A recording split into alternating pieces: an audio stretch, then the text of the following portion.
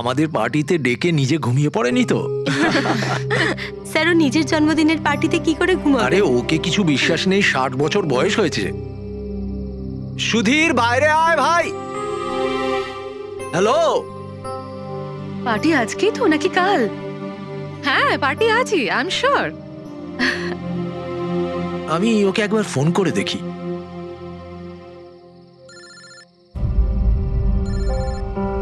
ভেতর থেকেই তো রিং শোনা যাচ্ছে, তাহলে কেউ গেট খুলছে না কেন? তাহলে ভিতর থেকে কেউ দরজা কেন খুলছে না? আমি বললাম না 60 বছর বয়স, এখনো বাচ্চা আছে। Sudhir,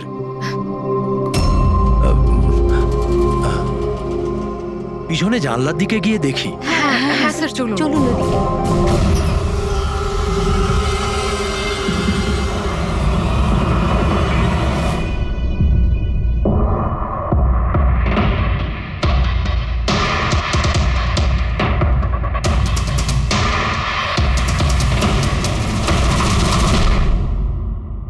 emergency medical card. এনার আমন্ড আর শেলফিশে অ্যালার্জি আছে।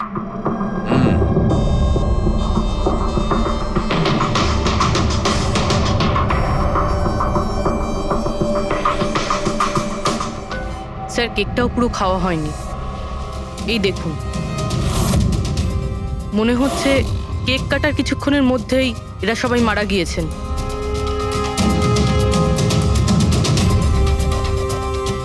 হাতাহাতির কোনো চিহ্নই নেই, সোজা গুলি করেছে।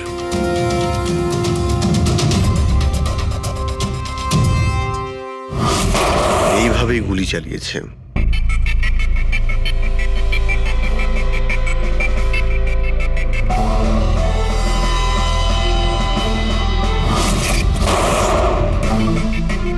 আরেকটা লাশ কোথায়? ভেতরে আছে স্যার।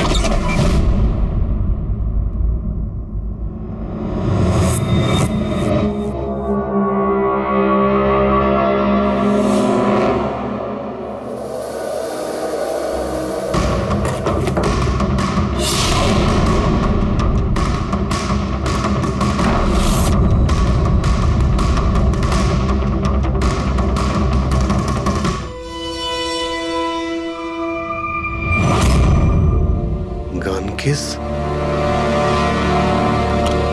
কিন্তু এ তো পুরো খালি।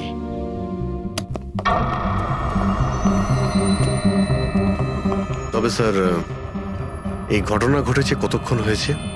এই 4 জনের মৃত্যুই কালকে দুপুর 2টো থেকে 4টের মধ্যে হয়েছে। এরা কে কিছু জানতে পারলে? হ্যাঁ স্যার, উনি সুধীর বাবু, আর কে উইপস ইন্ডাস্ট্রির চেয়ারম্যান। ওর বড় ছেলে নীল, আর এ ওর ছোট ছেলে রিতেশ। আর ভিতরে যে আছে সে সুধীর বাবুর স্ত্রী মায়া। স্যার, নীল আর রিতেশ দুজনেই আর কে উইভস কোম্পানির বোর্ড মেম্বার ছিল, কিন্তু কোম্পানির অবস্থা খুবই খারাপ ছিল, বন্ধ হওয়ার জোগাড়।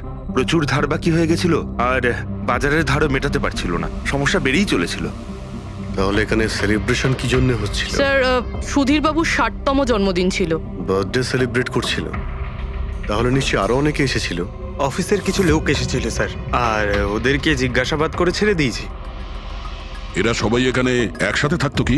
না না স্যার, এখানে তো শুধু সুধীরবাবু আর মায়া থাকতেন। সুধীরবাবু নীল আর রিতেশের জন্য আলাদা আলাদা বাংলো কিনে রেখেছিলেন, এরা দুজন ওখানেই থাকতো।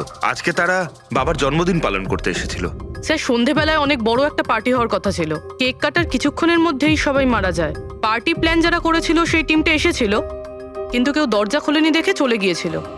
বস, আমার মনে হচ্ছে না যে কেউ বাইরে থেকে এসেছিল। যা কিছু ঘটেছে এই 4 জনের মধ্যেই ঘটেছে।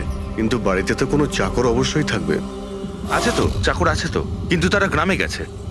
সুধীরবাবু শুধু আজকের জন্য একজন সার্ভেন্ট হায়ার করেছিলেন, সে কাল সকালে কাজ করে গেছিল, আর পার্টি শেষ হওয়ার পরে আজকে এসে পরিষ্কার করার কথা ছিল। পার্টি শেষ হওয়ার আগেই সবকিছু শেষ হয়ে গেছে। মনে তো হচ্ছে এটা মার্ডারই। সরি ডক্টর সালুকে, আমার এটা মনে হচ্ছে যে 4 জন ছাড়াও এখানে আরো একজন ছিল, যে বাইরে থেকে ভেতরে এসেছিল। একটু মন দিয়ে দেখো, এখানে কোনো হাতাহাতির কোনো চিহ্ন নেই, আর প্রত্যেকটা জিনিস নিজের জায়গাতেই আছে। এটা মনে হচ্ছে যে কেউ কেকের মধ্যে কিছু মিশিয়ে দিয়েছিল, যেটা খেয়ে এরা 4 জনই অজ্ঞান হয়ে গেছিল। তারপরে ওই 5 নম্বর লোকটা বাড়ির মধ্যে ঢুকলো, এসে সবাইকে গুলি করে দিল। এটা বস 100% মার্ডার। মার্ডার আর সুইসাইডও। আচ্ছা, তোমরা তো নিশ্চিতভাবে কি করে বলছো? স্যার এই দেখুন, বাকি 3টে লাশের কাছে স্ট্রাগলের কোনো চিহ্ন মাত্র নেই, শুধুমাত্র সুধীর বাবু ছাড়া। এনার পা ভাঁজ হয়ে রয়েছে, অনেকটা ব্লাডও বেরিয়েছে। আমার মনে হয় যখন ওনার গুলি লাগে তখন উনি বেঁচে ছিলেন। যদি উনিও কেক খেয়ে বাকিদের মতো অজ্ঞান হয়ে থাকতেন তাহলে ওদের মতোই পড়ে থাকতেন। ইনি প্রথমে 3 জনকে গুলি করেন আর তারপর সুইসাইড করেন, এরকম মনে হচ্ছে। যদি এটাই হয় তো তাহলে যে বন্দুক দিয়ে গুলি করা হয়েছিল সেটা কোথায়? সেটা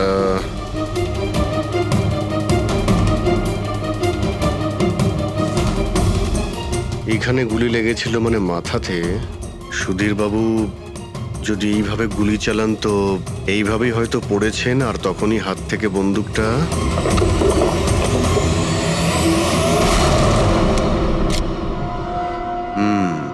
এই হলো বন্দুক। স্যার এই দেখুন, রিতেশের ফোনটা পেলাম। স্যার ও কেক কাটার কিছুক্ষণ পরেই নিজের সোশ্যাল পেজে এই সেলফিটা পোস্ট করেছে। বলছিলাম না, এখানে পঞ্চম ব্যক্তি থাকতেই পারে না।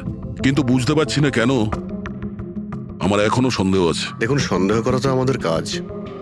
একটা কাজ করে যতগুলো এভিডেন্স আছে, যতগুলো জিনিস আছে, সব বিউরোতে নিয়ে যাই, দেখি এসিপি স্যার কি বলেন।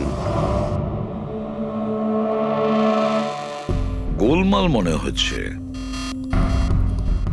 বস, আমি ওদের পেটের মধ্যে কেকের টুকরো পেয়েছি। ওই যে কেক ওরা খেয়েছিল, ওই কেকের মধ্যে সেনেটিভ মেশানো ছিল, নেশার ওষুধ। সেনেটিভ?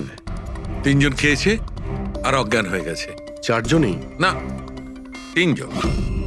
নীল, রিতেশ আর মায়া, ওদের 3 জনের পেটের মধ্যেই শুধু কেকের টুকরো পাওয়া গেছে। তার মানে সুধীর বাবু ওই কেকটা খাননি? না দয়া, সুধীর শুধু একজনই ছিল যে গুলি চলবার সময় অজ্ঞান হয়নি। কি সুধীর বাবু নিজের জন্মদিনে এই কেক খাননি? হয়নি, কারণ ওই কেকের মধ্যে বাদাম মেশানো ছিল। কিন্তু স্যার ওনার বাড়ির লোকের তো নিশ্চয়ই জানা আছে যে ওনার বাদাম থেকে অ্যালার্জি ছিল। এক্স্যাক্টলি। তাহলে এই কেক আনলো কেন? অদ্ভুত ব্যাপার।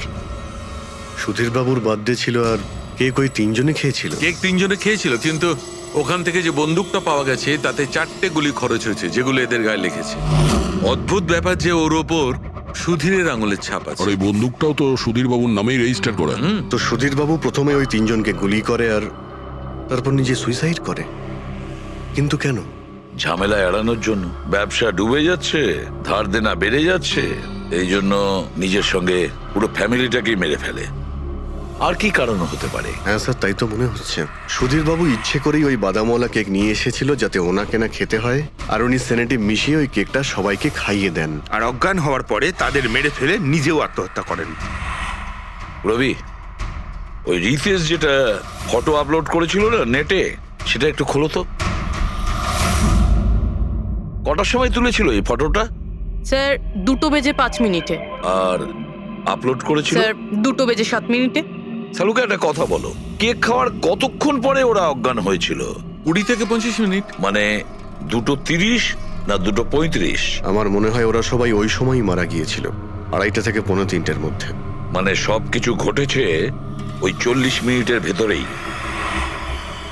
1 মিনিট, ওই দেখো, ওই ছায়াটা কার? ওই শ্যাডো? এই 4 জন তো এখানে দাঁড়িয়েছিল, তাহলে ছায়া ওখানে গেল কি করে? সেটা ওখানে গিয়েই দেখতে হবে। এই শ্যাডোটা কার ছিল? 2:04। পর্দার পজিশন একদম ঠিক আছে তো? একদম স্যার। পজিশন নিয়ে নি। রেডি? 2:05 ইয়া। আরে এখানে তো কোনো ছায়া দেখতে পাচ্ছি না। তাহলে ওখানে ছায়া কোথা থেকে এলো?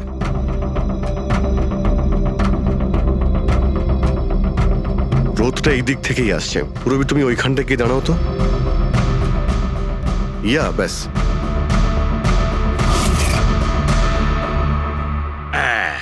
এইখানে ছায়াটা দেখা যাচ্ছে, ঠিক যেমনটা ওখানে ছিল, সেম টু সেম। আমি ঠিকই বলেছিলাম, এখানে কোনো 5 নম্বর লোক ছিল। আর সে ওখানেই দাঁড়িয়েছিল যেখানে আমি দাঁড়িয়েছিলাম। এই সেই লোকটাই হবে যে সুধীর বাবু আর তার পরিবারকে মেরেছে। আর সে আমাদের অলমোস্ট ধোকা দিয়ে দিয়েছিল যে এটা মার্ডার কাম সুইসাইড। আর ওর ছায়াই ওকে ধোকা দিয়ে দিয়েছে। কিন্তু স্যার আমরা এই ছায়ার মাধ্যমে খুনি অবধি পৌঁছবো কি করে? খুনির মেন টার্গেট ছিল সুধীর বাবু, আর সে ওই সময় ওখানেই দাঁড়িয়েছিল। নিশ্চয়ই চেনা জানাই কেউ হবে। কারেক্ট। খোঁজ নিয়ে দেখো সুধীরবাবু পার্টিতে কাদের কাদের ডেকেছিলেন।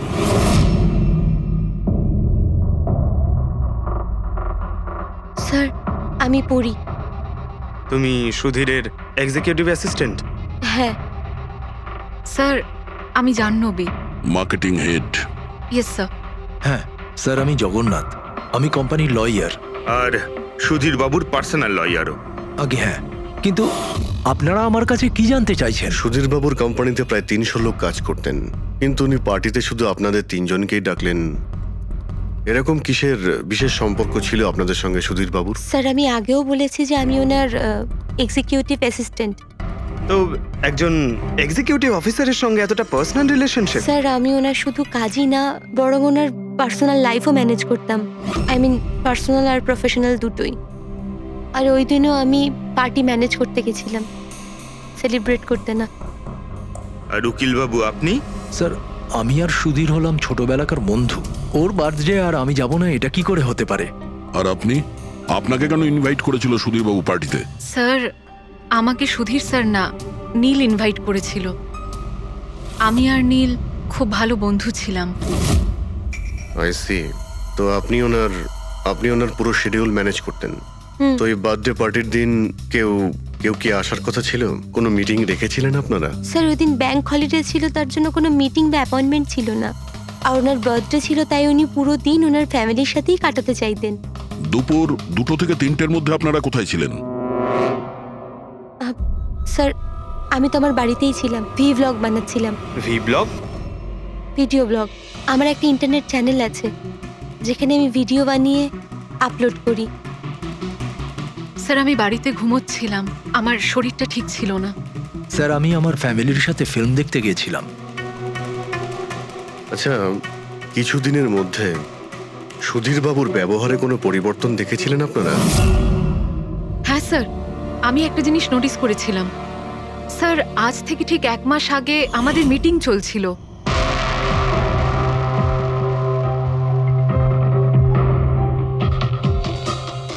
স্যার কি ব্যাপার, ভেতরে এসো।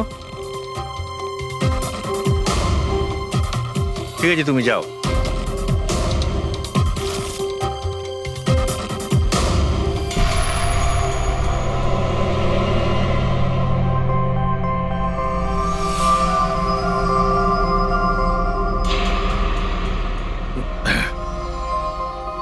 Sorry, gentlemen. Meeting is over. বাচ্চাদের পোশাক? Yes sir. আচ্ছা, আর কিছু নোটিস করেছিলেন আপনারা? কোনো অদ্ভুত কিছু?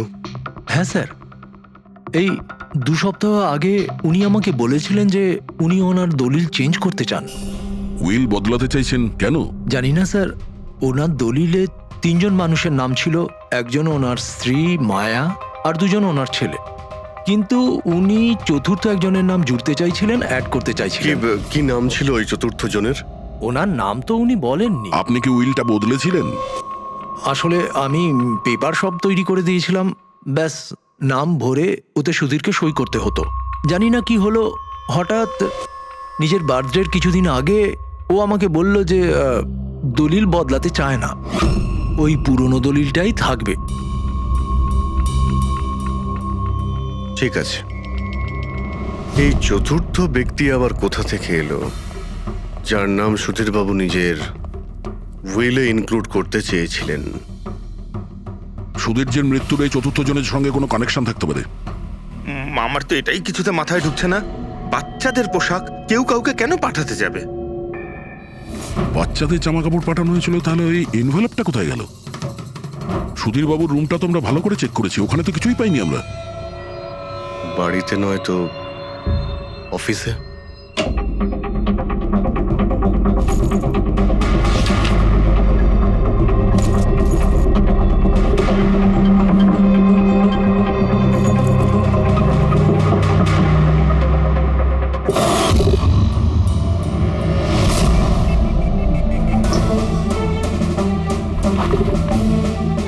পেয়ে গেছি।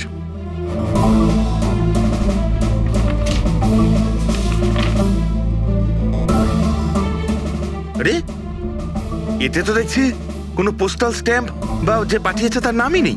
তাহলে পার্সেল এখানে পৌঁছলো কি করে? মনে হচ্ছে এই এনভেলপটা সোজা কেউ কোম্পানির পোস্ট বক্সে ঢেলে দিয়েছিল।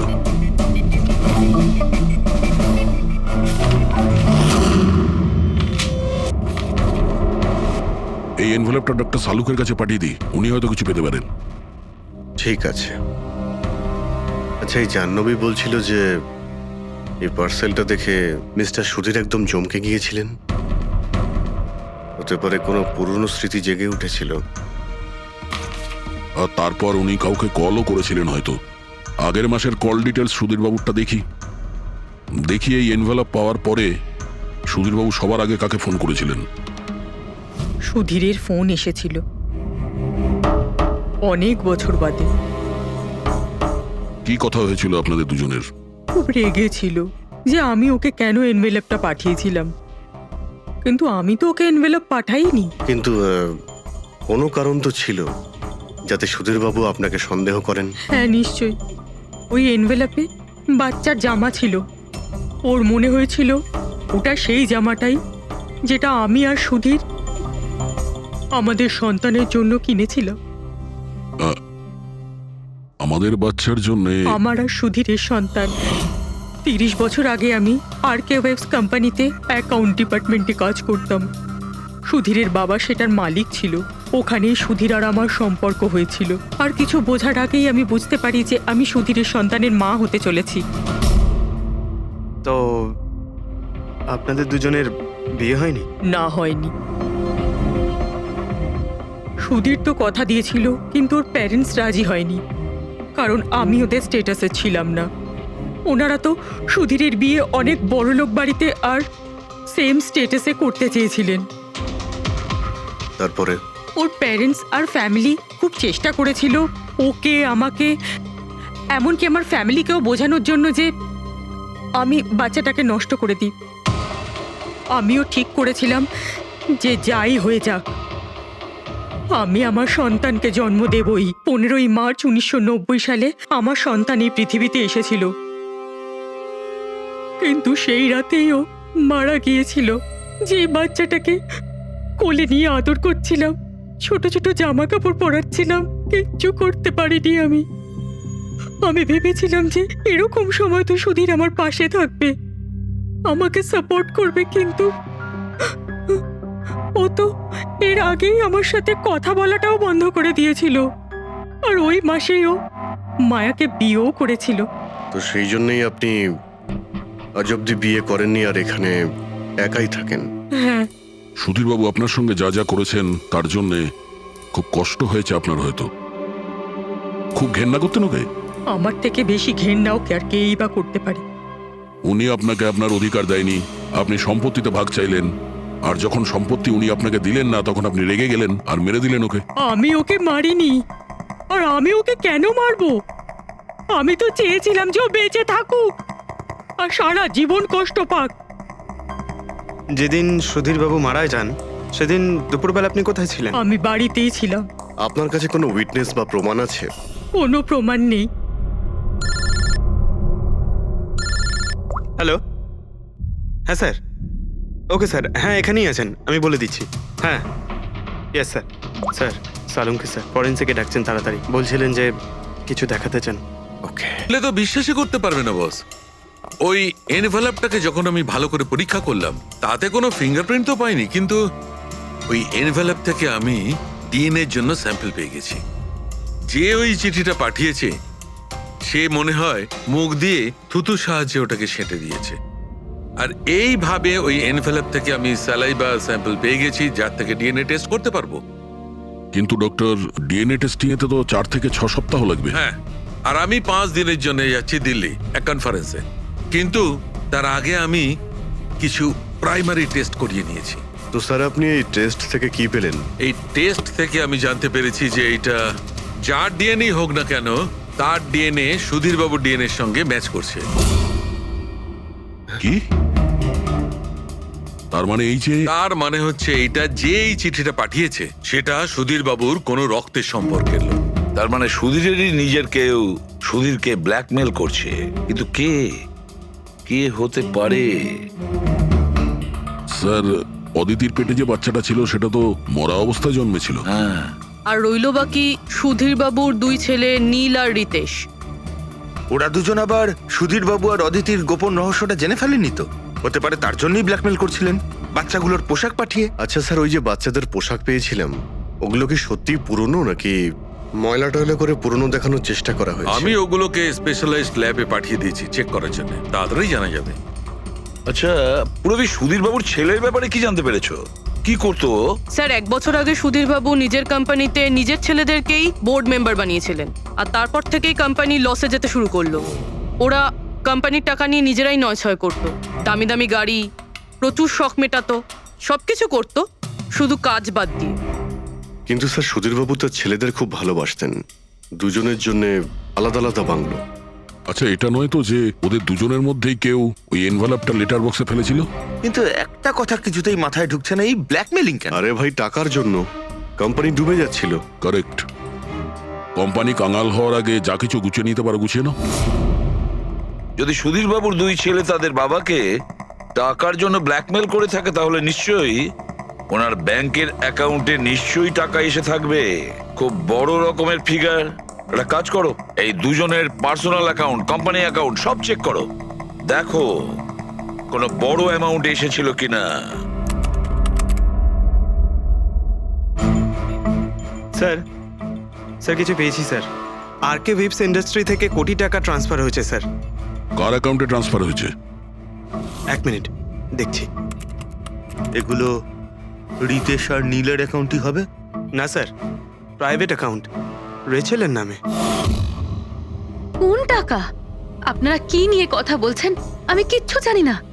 কোন টাকা? সেই টাকাটা যেটা আরকে উইপস এর অ্যাকাউন্ট থেকে তোমার অ্যাকাউন্টে ট্রান্সফার হয়েছে। এবার কিছু মনে পড়েছে? ওটা তো আমার স্যালারি, আমি ওখানে কাজ করতাম। স্যালারি? 11 কোটি স্যালারি? হ্যাঁ, তাও আবার 2 সপ্তাহের। ওই হিসাবে তো তোমার মান্থলি স্যালারি 22 কোটি টাকা হবে। কি কাজ কি করো তুমি? ব্ল্যাকমেলিং এর কাজ। তুমি আর রিতেশ দুজন মিলে সুধীর বাবুকে ব্ল্যাকমেল করছিলে। দেখো রিচেল, আমরা খুব ভালো করেই জানি যে তুমি আরকে কোম্পানিতে একদিনের জন্যও কাজ করনি। এবার পরিষ্কার করে সত্যিটা বলবে নাকি? রিতেশ কিন্তু আর নেই, তাই যত শাস্তি সব তোমাকেই কিন্তু পেতে হবে। ব্ল্যাকমেলিং আর এক্সটর্শনের শাস্তি জানো তুমি? আমি কাউকে ব্ল্যাকমেল করিনি। তাহলে সুধীর বাবু কি তোমাকে 11 কোটি টাকা এমনিই দান করে দিলেন? সুধীর আঙ্কেল তো ওই টাকা ট্রান্সফারই করেননি। তাহলে কে করেছিল? আমার বয়ফ্রেন্ড রিতেশ। ও আমাকে বলেছিল যে ওর কোম্পানির টাকা ও কিছুদিনের জন্য অন্য কোথাও রাখতে চায়। অন্য কোথাও? কেন? জানি না, আর আমি জিজ্ঞাসাও করিনি। তুমি রিতেশকে জিজ্ঞাসা করনি, আর যখন রিতেশ মারা গেল তখন পুলিশকেও বলনি। আমি ভেবেছিলাম যে রিতেশ তো আর বেঁচে নেই, তাই তাই টাকাগুলো আমি রেখে দিই। কেউ কি করে জানতে পারবে? কিন্তু সুধীর বাবুর ফ্যামিলিকে মারতে পারে কারা? পরি তো ভিডিও বানাচ্ছিল, আর জাহ্নবী অসুস্থ ছিল, আর জগন্নাথ নিজের ফ্যামিলির সঙ্গে ফিল্ম দেখছিল। কিন্তু অদিতির ব্যাপারে আমি কিছুই বুঝতে পারছি না। কিন্তু কে হতে পারে যে সুধীর বাবুকে এনভেলপ পাঠায়, ওই প্যাকেটটা পাঠায়? সে কে? ওর নামটা সুধীর বাবু উইলে লিখতে চেয়েছিলেন, কিন্তু লেখেননি। সে কে?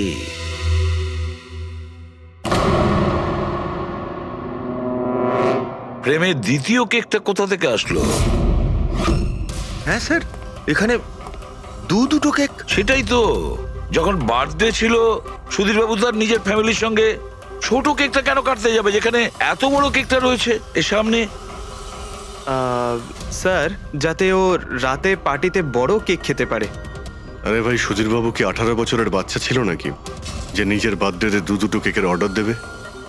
স্যার, হতে পারে এই কেকটা ওনাকে কেউ গিফট করেছে, এই কিন্তু বাদামওয়ালা সেটা কেক। তো বক্সে নিয়ে আসবে, আর তার উপরে কেক শপের নামটাও লেখা থাকবে। না স্যার, ওখানে তো আমরা কোনো বক্স পাইনি। ছিল না? হতে পারে কেউ এই কেকটা বাড়িতে বানিয়েছে, সেই জন্যই আমরা ওখানে বক্স পাইনি। কিন্তু এই আমন্ড দেওয়া কেক পাঠালোটাকে? স্যার, হ্যাঁ, স্যার আমি জাহ্নবীর সোশ্যাল প্রোফাইল চেক করছিলাম। স্যার, এখানে ওর অনেক অনেক ছবি আছে যেখানে ও কেক আর পেস্ট্রি বেক করছিল। বেকিং ও খুব পছন্দ করে। আমি বেকিং পছন্দ করি, তাতে কি? তো কিছু না, তুমি বাদামওয়ালা কেক বানিয়েছিলে না সুধীর বাবুর জন্য? আমি যখন জানি যে ওনার বাদামে অ্যালার্জি, তাহলে আমি ওনার জন্য বাদাম কেক কেন বানাবো? কারণ তুমি চাইছিলে যে উনি কেকটা না খান, যদি খেতে অজ্ঞান হয়ে যেত না। আর তুমি চাইতে যখন তুমি ওকে মারবে তখন যেন ওর জ্ঞান থাকে, কষ্ট পায় তোমার সামনে, প্রাণ ভিক্ষা করে, তাই না? আরে আমি সুধীর আঙ্কেলকে কেন মারবো? তুমি কেকের মধ্যে সেনেটিভ মেশাওনি রিতেশ, নীল আর মায়াকে মারার জন্য? আপনারা এইসব কি বলছেন বলুন তো? ব্যাস ব্যাস, অনেক হয়েছে। তুমি বলেছিলে না যে ওই দিন তুমি অসুস্থ ছিলে আর বাড়িতেই ছিলে? কোথাও তুমি যাওনি। তুমি পার্টিতে কিভাবে গিয়েছিলে কিনা পার্টিতে? আমি আমি সত্যি 2-3টে পর্যন্ত ঘুমিয়েছিলাম। তারপর ঘুম থেকে ওঠার পর আমার মনে হলো যে আমি একটু বেটার ফিল করছি, আর তাই আমি পার্টিতে চলে যাই। এতে আমার কি অন্যায়? তুমি যদি রাত 2টা থেকে 3টে অবধি সত্যিই ঘুমিয়েছিলে, তাহলে 2:30টার সময় যখন সুধীর বাবু মারা যান, তখন তোমার মোবাইল ওনার ঘরের সামনে গেল কি করে? দেখো জাহ্নবী, মিথ্যে বলে কোনো লাভ নেই। আমরা তোমার মোবাইলের রেকর্ড চেক করে দেখেছি। যে সময় সুধীর বাবু মারা যান সেই সময় তোমার ফোনের লোকেশন ওনার বাড়ির কাছেই ছিল। এবার সত্যি বলবে নাকি আরো টাইম ওয়েস্ট করতে চাও? আমি আর নীল একে অপরকে ভালোবাসতাম। আমরা ভেবেছিলাম যে নীলের বাবার বার্থডে আমাদের কাছে একটা ভালো সুযোগ ছিল ওনাকে আমাদের ব্যাপারটা বলার, আর সেই জন্যই আমি ওখানে যাই। ওখানে গিয়ে নীলকে অনেকবার কল করি, প্রায় 1 ঘন্টা ওখানে ছিলাম আমি, কিন্তু নীলের কোনো কল আসেনি। আমি ভেবেছিলাম নীল হয়তো সময় পাচ্ছে না আমাকে কল করার। মিথ্যে কথা। তোমার মনে হয়েছিল নীল তোমাকে ঠকাচ্ছে, সেই কারণে তুমি ওকে আর ওর পুরো ফ্যামিলিকে মেরে দিয়েছো। এই আপনারা কি বলছেন বলুন তো? আমি বেকিং করতে ভালোবাসি, তার মানে তো এটা নয় যে খুনটা আমি করেছি। ইন্টারনেটে রেসিপি দেখে তো যে কেউ কেক বানিয়ে ফেলতে পারে। কেক বানানো কি এমন কঠিন কাজ? আর রিতেশের গার্লফ্রেন্ড রেচেল, ও তো বেকিং করে। আপনারা ওকে কি কেন কিছু জিজ্ঞেস করছেন না? সবাইকে জিজ্ঞেস করবো আমরা। ডাকো সবাইকে। ভীষণ ইন্টারেস্টিং কেস এটা। এরকম খুব কম হয় যে এতজনের কাছে একটা লোকের প্রাণ নেওয়ার জন্য সুযোগও আছে আর মোটিভও আছে। আপনারা আবার? আরে স্যার, আমি কেন মারবো ওনাকে? আপনি নীলকে বিয়ে করতে চেয়েছিলেন, ওর ফ্যামিলির লোকেরা রাজি হয়নি। এ তো খুব বড় একটা কারণ খুন করার। আর সুধীর বাবুর ফ্যামিলির জন্য আত্মমর্যাদা, সোশ্যাল স্ট্যাটাস অনেক গুরুত্বপূর্ণ ব্যাপার ছিল। এর সবচেয়ে বড় এক্সাম্পল অদিতি দেবী। আর সুধীর বাবু এই নিজের সম্পত্তি আর স্ট্যাটাসের জন্য আপনার জীবন নষ্ট করে দিয়েছেন। তাহলে আপনার থেকে বেশি ঘৃণা আর কে করতে পারে? আমার কাছে পয়সার কোনো মূল্য নেই, আর না কোনো বিষয়ে রিগ্রেট। আফসোস তো তোমার হওয়ার কথা রাচেল। এখানে তো 5,000 টাকার জন্য মানুষ মানুষকে খুন করে, আর তুমি তো বসে বসে 11 কোটি টাকা পেয়েছো। আর আপনি? আপনার হাতে তো সুধীর বাবু তার লাইফের রিমোট কন্ট্রোল দিয়ে দিয়েছিল। আপনি সবই জানতেন ওনার ব্যাপারে। এটাও জানতেন যে উনি ওনার গানটা কোথায় রাখেন। দেখুন, আপনাদের যা ইচ্ছে বলতে পারেন। আমি আপনাকে আগেও বলেছিলাম যে আমি সেদিন ঘরে ভিডিও ব্লগ বানাচ্ছিলাম। চাইলে আমার ফোনও চেক করতে পারেন। হ্যাঁ হ্যাঁ, নিশ্চয়ই। ওই দেখি, জানা তো যাবে কিভাবে ভিডিও ব্লগ বানানো যায়।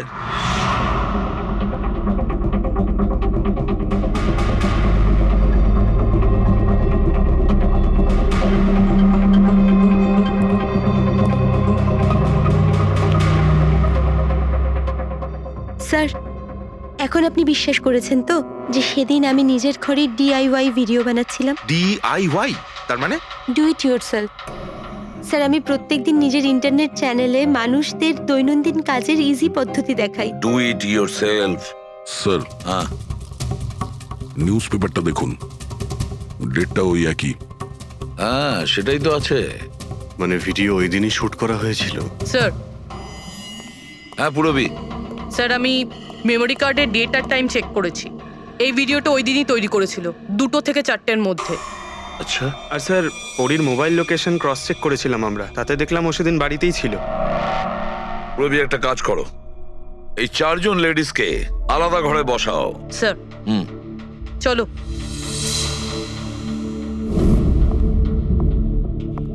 স্যার, কি ভাবছেন আপনি? সমস্ত প্রমাণ তোর পক্ষেই দেখছি। এই কেসটা তো আমি অন্ধকারে ডুবে যেতে দেখছি। ঠিক একটা কথা তো পরিষ্কার, যখন অন্ধকার হয় তখন কোনো ছায়া পড়ে না। কিন্তু আমার মনে হয় এই পুরো কেসটাই ছায়ারই খেলা। সানডাইল জানো তো? সানডাইল এই জিনিসটা আসলে সূর্যের আলো কোন দিকে যায় সেই অনুযায়ী টাইমটা দেখায়। হ্যাঁ, সানডাইল এমন একটা জিনিস যেটা থেকে আমরা আকাশের সূর্যের পজিশনটা বুঝতে পারি, যেটা থেকে আমরা সময়টা আন্দাজ করতে পারি। এবার দেখো, আমাদের পৃথিবী ঘুরতে থাকে আর সেই জন্য সূর্যের অ্যাঙ্গেলটাও বদলে যায়, যেটার কারণে সানডাইলে ছায়ার পজিশনটা বদলাতে থাকে। এটা তো মাথায় ঢুকে গেছে স্যার, কিন্তু এটার এই কেসটার সাথে কি সম্পর্ক বলুন এর তো? সঙ্গে সম্পর্ক আছে ফেডরিক। পরি, এই পুরো প্রমাণগুলোই আমরা পরীর কাছ থেকে কালেক্ট করেছি। পরি সে এমন একজন কেউ পুরো এভিডেন্স গুলো ম্যানিপুলেট করতে পারে, মেমোরি কার্ডের ডেটটাও চেঞ্জ করতে পারে, পুরো এভিডেন্সেস কন্ট্রোল করতে পারে। কিন্তু সূর্যকে কন্ট্রোল পরি করতে পারে না। ভুলে যেও না যে সূর্য কোনো সময়ই ভুল সময় সে দেয় না। তার মানে ওরই ভিডিওতে ডেট আর টাইম দুটোই চেঞ্জ করে দিয়েছে। হয়তো চেঞ্জ করেছে বা করেনি, কিন্তু এখন আমরা এই ছায়াকে প্রশ্ন করব যে পরি সত্যি বলেছে না মিথ্যে বলেছে। কারেক্ট, এই সেটিংটা একদম সেরকমই হয়েছে যেমন পরীর ভিডিওতে ছিল। আর রোদও সেই রকম আছে সেদিন যেরকম ছিল। শুধু পরীর জায়গায় পুরবি দাঁড়িয়ে আছে। স্যার, আমরা এখানে কি করব? আগামী 6 ঘন্টা পর্যন্ত পূরবীকে এইভাবেই দাঁড়িয়ে থাকতে হবে যেভাবে ভিডিওতে পরী দাঁড়িয়েছিল। আমরা এটাই দেখতে চাই যে যদি পরী সত্যি কথা বলে তাহলে 2 থেকে 4টের মধ্যে পূরবীর মুখে ঠিক সেই জায়গা থেকে রোদ্দুর পড়বে যেমন পরীর মুখে ছিল। আর স্যার, যদি আমার ছায়া পরীর ছায়ার সাথে ম্যাচ না করে তো? তো দেখতে হবে। ক্যামেরা অন করো।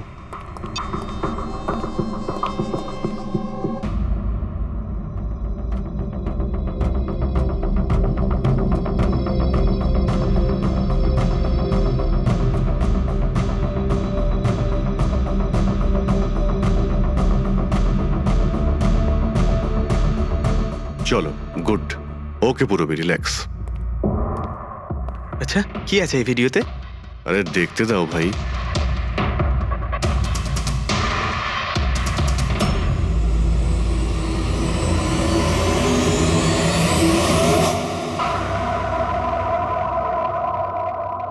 তো সকাল 11টা থেকে 1টার মধ্যে তুমি ওই ভিডিওটা রেকর্ড করেছিলে। আর তুমি খুব চালাকির সাথে ভিডিও ডেট আর টাইম চেঞ্জ করে দিয়েছো। মেমোরি কার্ডের ডেট আর টাইম বদলে দিয়েছিলে, নিজের মোবাইল ফোনটা বাড়িতে রেখে দিয়েছিলে যাতে আমরা ওখানকার লোকেশন পাই। তুমি কি মনে করেছিলে এসব করার ফলে আমরা বোকা হয়ে যাব? হ্যাঁ, না তুমি আমাদেরকে বোকা বানাতে পারলে, না আকাশে ওঠা সূর্যকে। তোমার ভিডিওতে রোডের ডিরেকশন দেখে স্পষ্টই বোঝা যাচ্ছে ওই ভিডিওটা 11টা থেকে 1টার মধ্যে শুট করা হয়েছে। চেষ্টাটা ভালোই করেছিলেন, কিন্তু রিসার্চ ওয়ার্কটা একটু দরকার ছিল। পরি, তোমার ব্যাপারে আমরা সব কিছু জেনে গেছি। পড়ি, আমাদের হয়তো ম্যাক্সিমাম 4 সপ্তাহ সময় লাগবে তোমার ডিএনএ টেস্ট করে এটা প্রমাণ করতে যে তুমি সুধীর বাবুর মেয়ে, কিন্তু তাতে সত্যিটা বদলে যাবে না।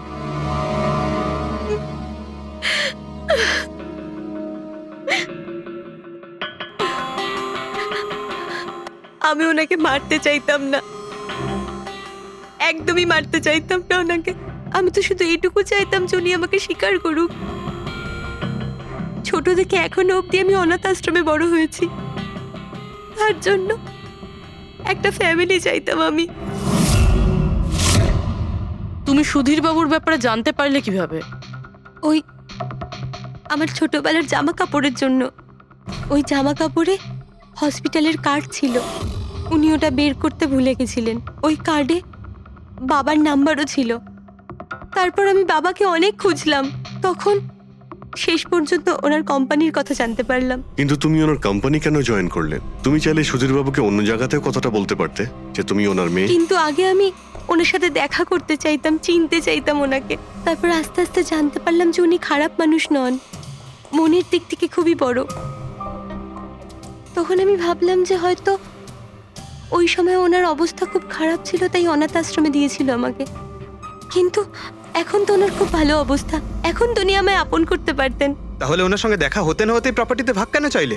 কারণ আমি জানতে চাইতাম যে ওনার কাছে ইম্পর্টেন্ট কি, টাকা না আমি। তার জন্যই সুধীরবাবু ওনার উইল চেঞ্জ করতে চাইছিলেন।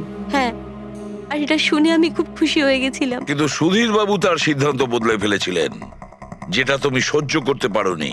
স্যার, ও সব ওনার ওয়াইফ আর ওনার মেয়ের জন্য হয়েছিল। ওরা এটা সহ্যই করতে পারছিল না যে বাবা আমার নাম উইলে অ্যাড করছিল। অর্থাৎ আরও একবার সুধীর বাবু আপনাকে মেনে নিতে অস্বীকার করলেন। হ্যাঁ, আর এইবারও ঠিক ফ্যামিলির জন্যই। উনি একদম বদলাননি, উনি একদম ঠিক আগের মতোই ছিলেন। সেলফিশ, সুবিধাবাদী, দায়িত্বজ্ঞানহীন। সহজভাবে নিজের ভাগটা পাননি বলে ওনাকে ব্ল্যাকমেল করতে শুরু করে দিলেন। না, আমি যখন ওনাকে প্রথম এনভেলপ পাঠিয়েছিলাম তখন আমার এরকম উদ্দেশ্য ছিল না। আর না আমি এতটাই বোকা যে এনভেলপ নিজের মুখ দিয়ে সিল করব। আমি তো এটাই ভাবতাম যে অ্যাটলিস্ট উনি আমাকে নিজের ফ্যামিলিতে ইনক্লুড করুক, আমার নিজেরও একটা ফ্যামিলি হোক। আর তার জন্যই আমি বাবার জন্মদিনের দিন নেশাযুক্ত ওষুধ দিয়ে বাদামের কেক নিয়ে ওনার বাড়িতে গেছিলাম। Happy birthday to you.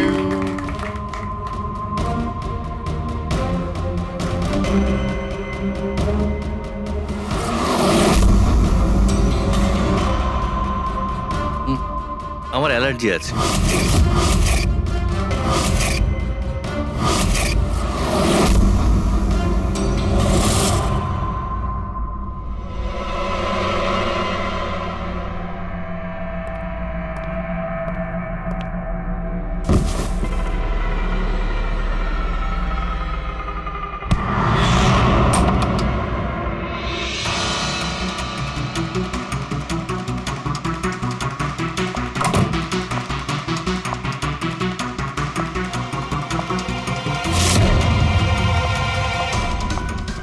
বাবা,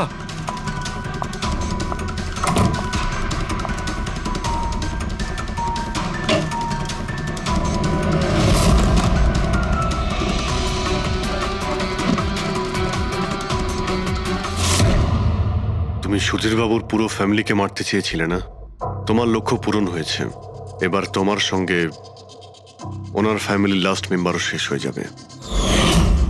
জেল যাওয়ার আগে আমরা তোমার সঙ্গে কারোর সঙ্গে দেখা করিয়ে দিতে চাই।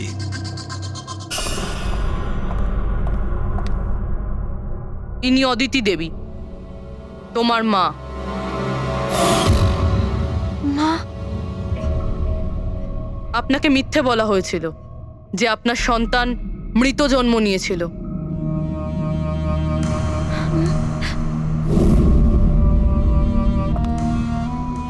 মা,